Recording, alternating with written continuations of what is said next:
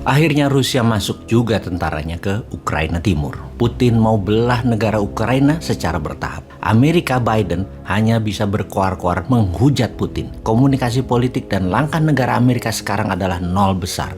Maklum, si bosman ini beraliran politik agak mirip Republikan, khususnya Trump yang pro swasta, sangat anti kebijakan Biden yang heavy on government, mirip 6 presiden di Indonesia. Sehingga komennya sinis si bosman ini atas tindakan Biden, sesinis dan sepesimis langkah kebijakan luar negeri Wakanda dan kebijakan ekonomi di negeri Wakanda. Bener deh, Biden tidak pernah berani bertemu dan kontak langsung dengan Putin. Mungkin karena sudah pikun, seperti semua orang ketahui masalah kesehatan Biden ini, termasuk lemahnya si Kikling Harris yang suka cekikikan di depan publik ketika tidak bisa menjawab pertanyaan-pertanyaan. Pastinya penasihat-penasihat Gedung Putih membatasi langkah keduanya di publik internasional. Dan inilah sebenarnya masa yang ditunggu oleh New Mind untuk bergerak.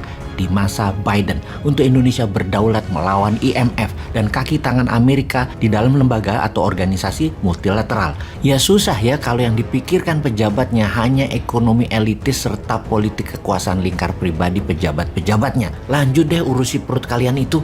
Kita kembali ke Putin yang tentaranya masuk ke timur Ukraina dengan judul Peacekeeping Army. Pemberontak separatis yang bergerak di dua wilayah Ukraina Timur yaitu Luhansk dan Donetsk yang dikenal dengan sebutan Donbas, wilayahnya tersebut akan dikendalikan Rusia, didamaikan versi Putin sih. Masuknya Rusia ini tanpa letusan senjata karena Putin dengan Morishkova 2.0-nya yang berkali-kali bosman urai memang menggunakan hybrid war strategi ini dan terbukti sangat efektif. Ini berkali-kali dijelaskan juga bahwa Tiongkok dengan obor, Amerika dengan Hairo, dan Rusia dengan Morishkova 2.0 semua strategi internasionalnya dan semuanya punya grand plan atau world map versi mereka masing-masing. Beda dengan negara yang diurus Lord, nggak ada peta kebijakan Indonesianya atau nation interestnya, yang ada peta kebijakan negara lain yang dipakainya. Kita bahas detailnya mengenai hybrid war ini di lain kesempatan.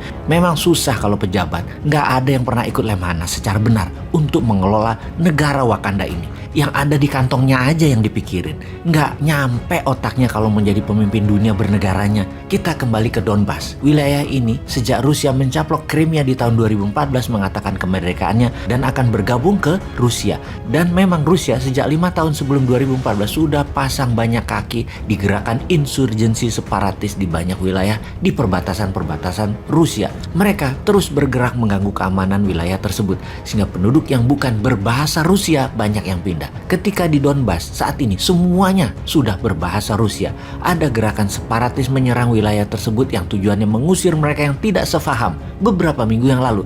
Dan inilah kode untuk Rusia untuk masuk. Dan sekarang akhirnya Rusia masuk dengan mengklaim misi perdamaian. Begitu masuk, pertempuran selesai. Bukan dimulai ya, selesai. Karena sudah takluk 100%. Donbas adalah wilayah penghasil batu bara dan memiliki banyak tambang batu bara serta Donbas merupakan daerah industri. Ada sekitar 3,5 jutaan penduduk di sana yang semuanya berbahasa Rusia. Intinya, dua wilayah Luhansk dan Donetsk ini sudah takluk dan dianeksasi oleh Rusia. Dunia mau apa? Amerika bisa apa? NATO bagaimana bergeraknya? Semua sudah dibahas di video sebelum ini. Lengkap, termasuk pembenaran alasan Putin akan romantisme zaman Catherine the Great hingga kejayaan Soviet menggunakan Morishkova 2.0, bukan bedil-bedilan ala Hitler dan perang dunia ketiga yang akan meluas. Itu bukan cara Putin.